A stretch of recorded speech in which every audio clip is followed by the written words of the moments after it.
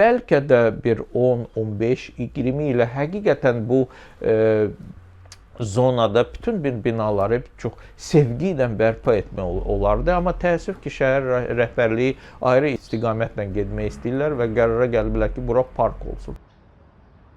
Bakının tarixi məhəllələri söküntü üçün qeydiyyat almağa başlayıb. Yerli mediada gedən məlumatlara görə Yasamal rayonu ərazisində sökülən məhəllələrin yerində yeni parkın salınması planlaşdırılır. Bayır şəhər adlanan ərazinin sökülməsi memarların narahatlığına səbəb olub.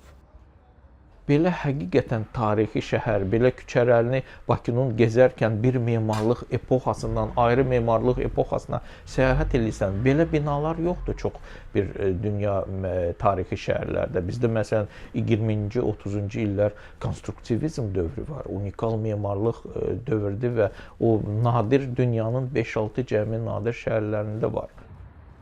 Elçin Əliyev deyir ki, narazılığın əsas səbəbi 15 il öncə qış parkı salınanda həmin ərazidə də çox sayda memarlıq abidələrinin sökülməsidir. Ona görə də memarlar yenə eyni təcrübəyə şahid olacaqları üçün narahatdılar. Bugün isə vəziyyət dəyişilib.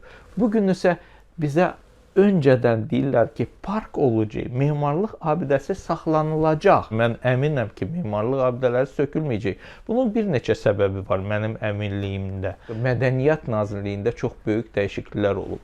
Yeni mədəniyyət naziri gəlib, onun tam münasibəti ayrıdır. Yeni bizdə bilirsiniz, Mədəniyyət Nazirliyinin nəzdində belə bir xüsusi xidmət var və ora yeni rəhbərlik nəhayət bilirsiniz, bizim belə deyək, tariximizdə ilk dəfə olaraq həmin strukturu memar başçılıq eləyir, mütəxəssis başçılıq eləyir.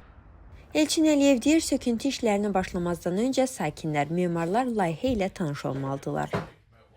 Yaxşı olardı təbii ki, biz layihəni görərdik.